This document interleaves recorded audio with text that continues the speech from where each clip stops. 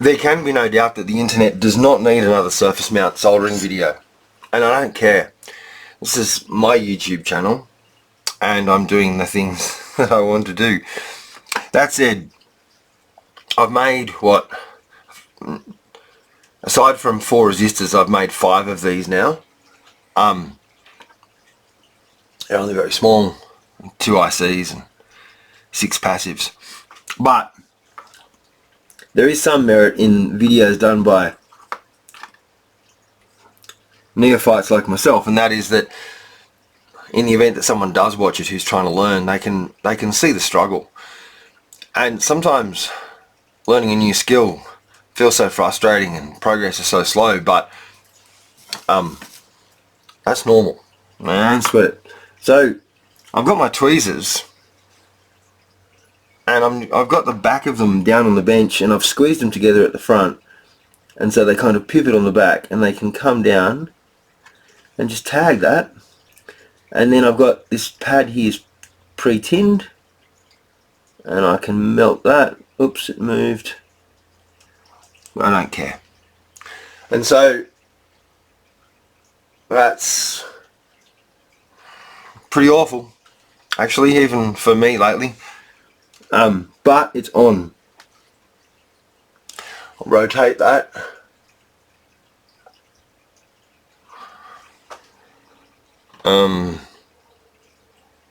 Yeah, that's awful, but I'm not going to reposition it. Now I'll come in with my solder and do the other side. There's room to finish the work.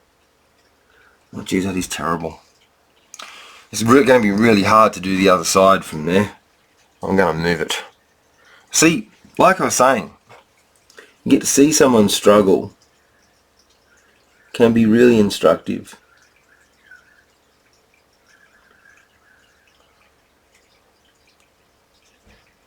There we go, I'll get in frame so I can see it. I sometimes forget myself, especially if I've left my glasses on, because I'm a bit... I sort of need to take my glasses off for close work these days. I forget to look at the microscope. You wouldn't think that had happened, but well, I wouldn't have thought it had happened, but it does. So that's a whole lot better. Probably also saw there something about the art of leaving good enough alone too, or the discipline perhaps. Bring the iron in on quite a steep angle. Get it tilted right to say a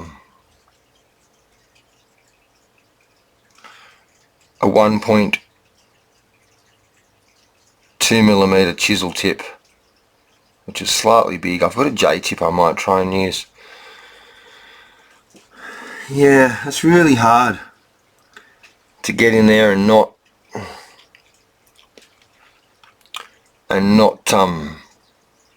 start reheating the capacitor behind it. And to any extent that they look kind of burned or anything, it's just a flux. So that one's finished. You can see that on there.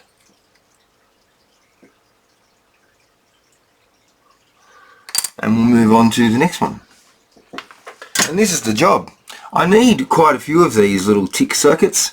I've decided to not rely on the onboard ticks that can be obtained on the 2000 and I think also the 3000, Amiga 3000. I've decided not to rely on the onboard tick and instead to go with a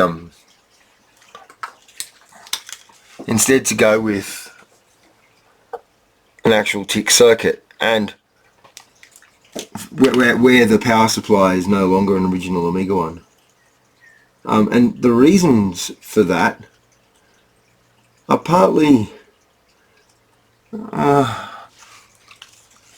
aesthetic of completeness, in that I like the idea that the power supply does everything that it was supposed to do originally, but also just some things will expect the tick to be there, and I don't want to have to plan around that. I want it to just work. When it's time for it to you know, take a a flicker fixer in the video slot. I want it to just work. Not to go, oh well we'll need to find a power supply with tick and then I'll need to recap it or whatever, or I just want it to work. Yeah, I put too much solder on that pad and now I'm trying to push the capacitor onto the top of a hill. Sorry, the resistor. The 10 with 4 noughts resistor.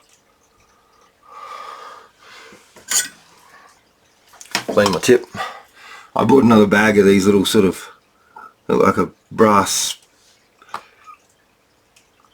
Oh wow, I thought I'd lost that for a moment. I made a poor choice. Yeah, it's too big a hill. I found when the hill's too big, I've got to actually hold them in the pincers. Not too tightly or it won't sort of sink into the solder. And tinning both sides is a disaster. Unless there's a very small amount on there, I suppose. A friend of mine does it like that. I've not even attempted it. I tried on my practice boards doing it that way and got nowhere. I sort of did it to see how much of a disaster it was and almost couldn't recover. Yeah, I melted the capacitor solder.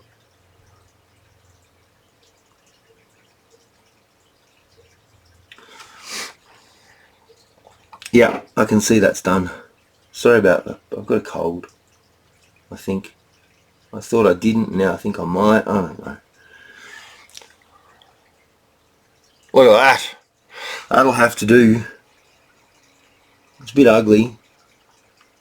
I think positioning these components,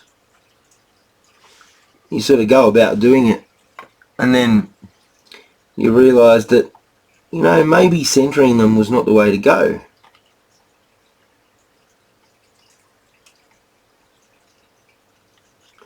Maybe what I should have done was, I wonder if my head was blocking you then. What I should have done was moved it over to one side more and left myself some more space to get in there past the capacitor. So that's what we'll do this time. My train of thought's all mucked up. It still requires an immense amount of concentration for me. I just realised too, I've forgotten to do something I remembered I needed to do. Apply some flux. Then tin the pad. And then apply some more flux. Because the the resistor needs some flux on his legs so that the solder will flow into him. Actually, I found the easiest way to flip them is to pick them up and drop them. Sometimes it takes a few drops, but it doesn't matter if they're upside down. Sometimes it takes a few drops, but so this time what we're going to do is we'll go too far over to that pre-tinned spot and leave a bit of space on the other side.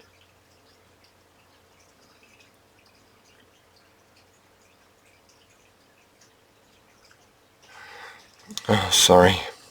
Focus. Framing.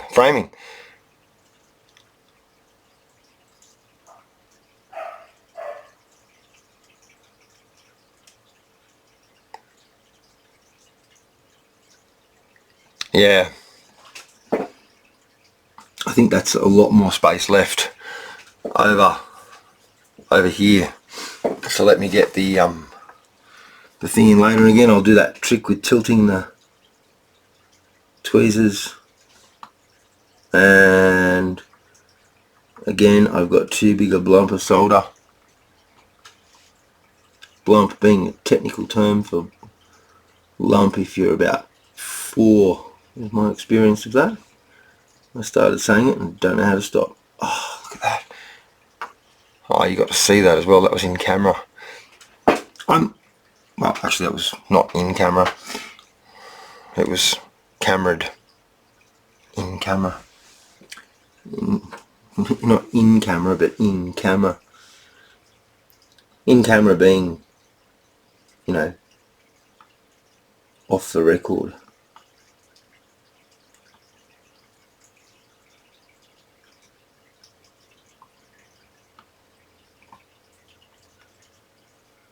Something done altogether too often by amateur boards everywhere, I would say. Yeah, it's just tricky as.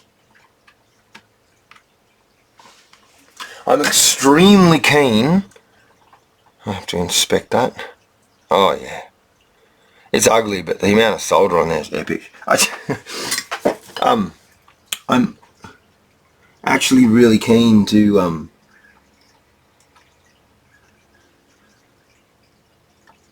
that's better. Pardon me. I'm actually really keen to attempt soldering with a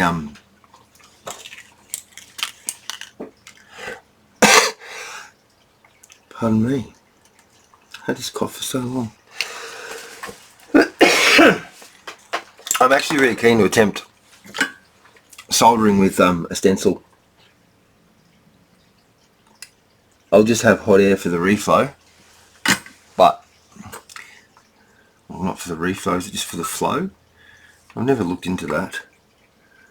I'm not prepared though to say, oh no, it's only reflow if it's already soldered or something, because I once thought there was a typo on a little test thing I bought because it said DUT on it instead of out, I thought it should say. But of course it stood for device under test, and it was me that was the dummy. Here we go. Yep, I could see the solder flow into that.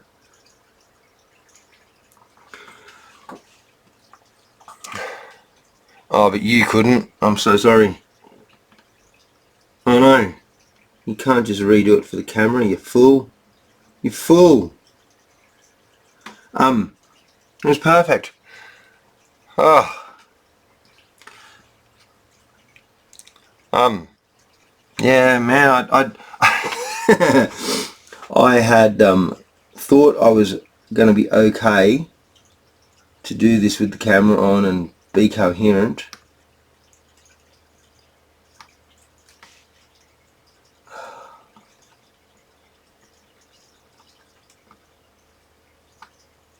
But I'm not sure that's the case.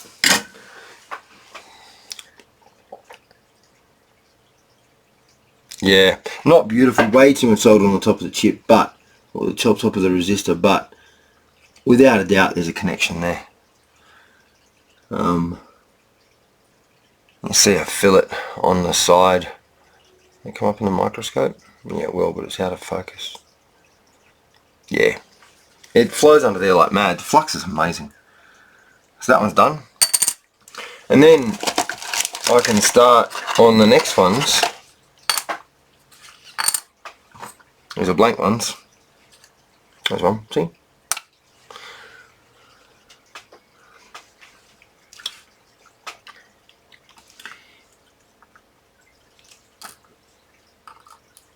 These are really, really hard to find pin 1 on. There's like a line down one side.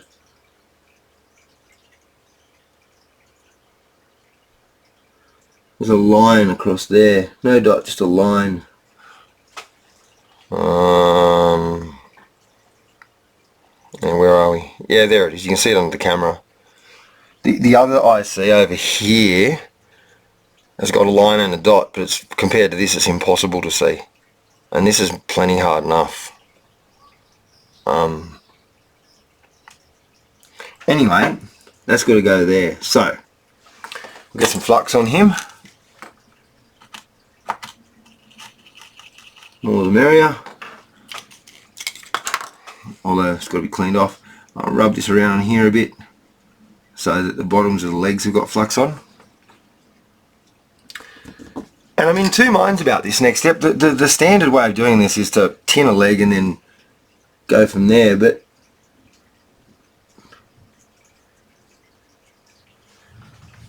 there is always then that problem of sort of trying to position the component on a hill. I have to move this out of the way for us both.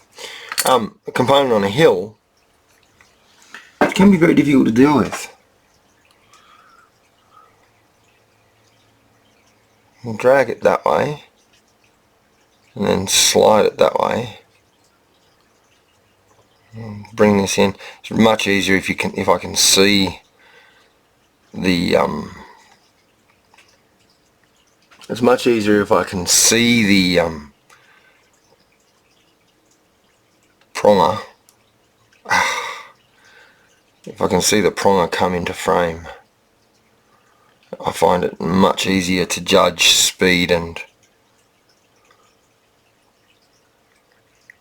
position.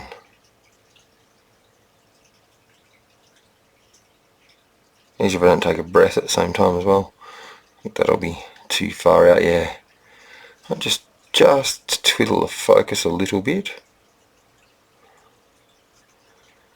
I think I was focused on the chip and not the board. That's better. That's how narrow the depth of field is with microscopy like this. You kind of got to choose whether you want to be able to see what's written on the chip or whether you want to see what's on the board. Yeah, I've gone too far. And like I said at the start of this vid, I do think there's something to be said for watching a person struggle a bit. Or it can be quite disheartening when, oh, that looks great.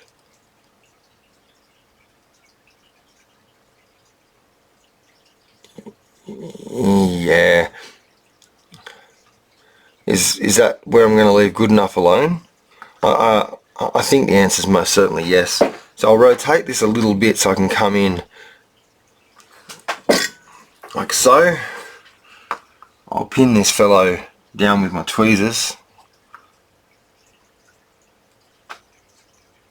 I don't know why I'm calling them fellows. I know the word usually means male, but that's not what I really mean by it. Like a fellow of the Royal College of Surgeons. I don't know, maybe there's some ancient sexism buried in that. Wouldn't surprise me. Sexist planet. So that's got that done. And then conventional wisdom, which I will follow on this occasion, is to go over to the other corner and tack that into place too. I could add some more flux, there's no doubt about that, but I'm going to be adding it to the tops of the pins and they're going to get more soldered on them than they need anyway. Tip comes in. Oh, he's blown it. There we go. And it's sliding around like a mad thing. I should get some blue tack. I've thought about doing that more than once. One moment, please. There we go. So, if we wanted to do drag soldering, and let's say we do, we want to be able to see the whole chip.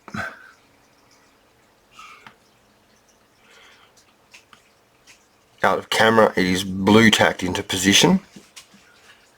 See if that's a good idea. The problem with drag soldering is, well, first of all, in theory I should be using a tip with a solder well in it. I do have one, but it's so big. I don't know how that happened. You find if you're like using surface mount things the size of, I don't know, a single Lego brick.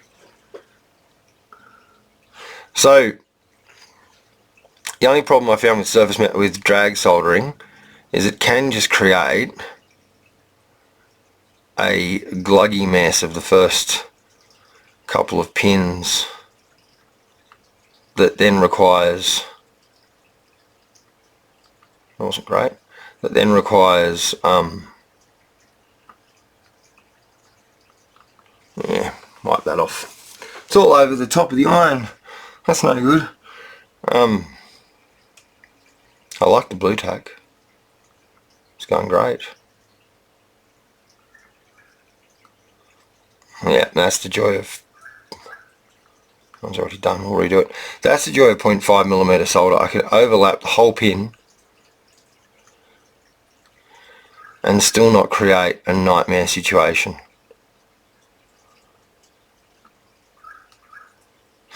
Let's repeat that on the other side. I didn't drag solder, did I? I promised big and failed to deliver. It's not my usual way. Well, I'd like to think it's not. So, let's try that again. I don't know if I'll drag solder either. Let's sort of go with it. Sometimes it feels right, sometimes it doesn't. Sometimes it's a good way to finish the job.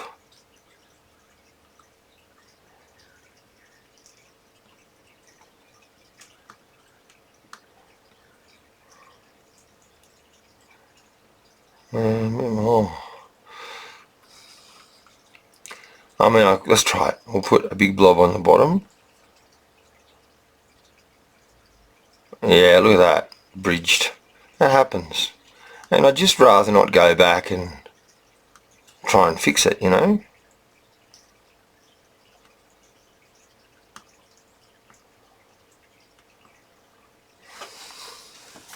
One at a time is fine. I'm not running a production line here.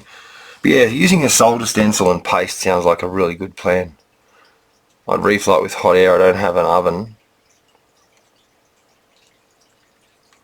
And I'm quite happy to then wander around the job and fix it by hand to the extent that it needs it. I mean, honestly, once these are in position and tacked in place, each leg joint, you can see me going through and just redoing them because I wasn't happy with the drag soldering. Each each leg joint is far faster than through hole.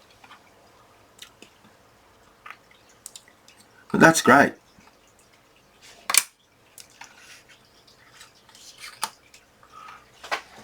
And there's the next one, hey.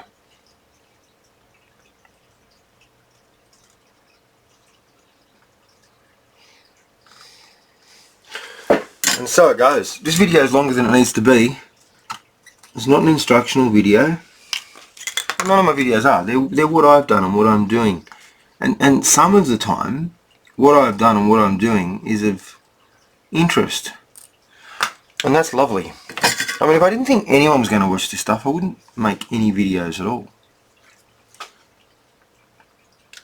But hopefully I've managed expectations enough so that no one is frustrated by the lack of quality of these videos.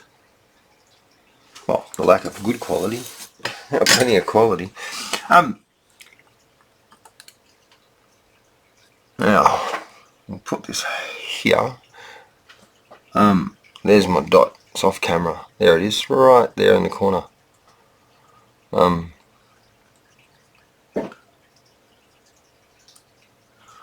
did I just get that right? No. Close. Bet you I'll bump it good now. You don't get to be that lucky, do you? Oh, jeez, that's nice. Oh yeah, we'll take that. We'll take that. Absolutely. It probably should come this way a little bit. Should we try it? It just means that soldering is that much easier. It'll pip it, but I can fix that.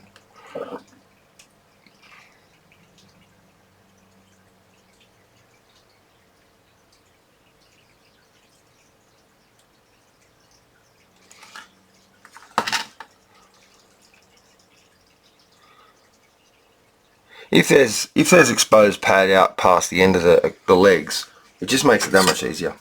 And thankfully the designer of this board,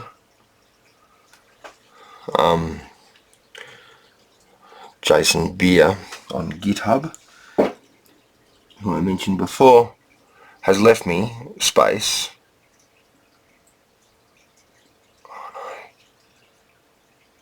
There we go. I saw that boil underneath the leg then.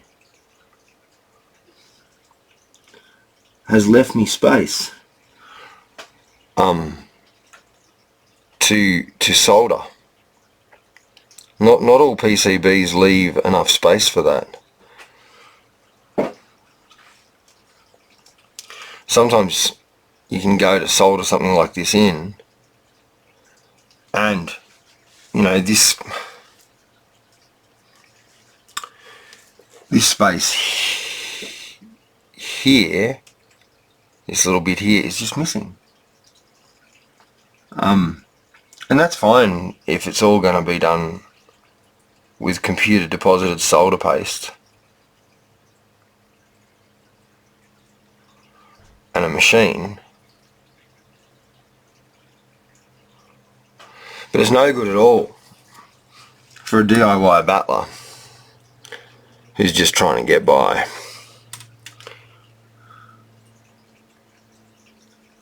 So we'll stick this down with blue tack. I quite like this blue tack trick. Top 10 tricks for SMD soldering. Everyone who gives us stuff could watch it. It still wouldn't go viral. Okay. We will come in here. Oh, can't see the top pin. There we go.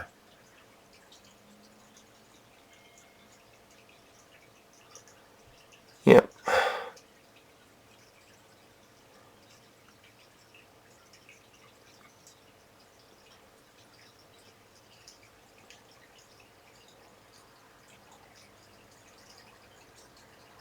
Oh, I've already done that one. Wow, look at all the solder on that. Good grief. Reminiscent of my through-hole work. The more solderer, the more betterer type approach to soldering, which is kind of partly true. Might look a little less elegant, but you know.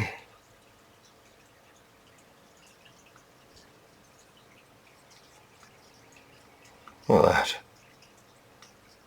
Oh, a bit too much on my iron. There we go, fix that. A bit too much on my iron again, but not. Whoop. Yeah, just bending the solder so it comes in on the right angle. It's one of those jobs where, oh man, look at that. I probably should have just wiped that solder into my woolly brass thing, but you know, it's one of those jobs where, yeah, that's just terrible. I don't see what I'm doing anymore. It's one of those jobs where I'm actually thinking about turning the heat up a little more. I'd very much prefer to go hot and fast with this sort of work than slow and cold. Much more likely to get a good joint, I find. But yeah, it's one of those tasks where any amount of time spent in preparation, just check we haven't got a pin to go, is time well spent. Anything that makes the job easier is worth doing. So I now have 5 complete, 1 in service in my 2000 remake, and 2 to go. I'll sell some of these. They'll be pretty inexpensive. Like I've said, I think before, I can't be profiting from Jason Beer's work, but I certainly can profit from my own. It'd be nice to, you know, I want to keep 5. It'd be nice to recover my costs through this work. And for the Amiga 1000, the power supplies in those are remarkably robust, and can no doubt always be repaired, but for the Amiga 1000 there's no jumper on the board to deal with, no tick, and so these become sort of necessary. I got these from a friend the other day too. They're 2 different kinds of board for RGB to HDMIs to go in the A2000 video slot, which is super cool. Does also go in the A3000's video slot, so fun stuff. Anyway, that's my video on surface mount soldering. I probably won't do another one unless I'm doing something particularly interesting or doing that stencil work I'm keen on. But hopefully it was of a kind addition to the channel, and yeah, it's difficult, but it's very doable. And with the practice board kits that I purchased, these kits,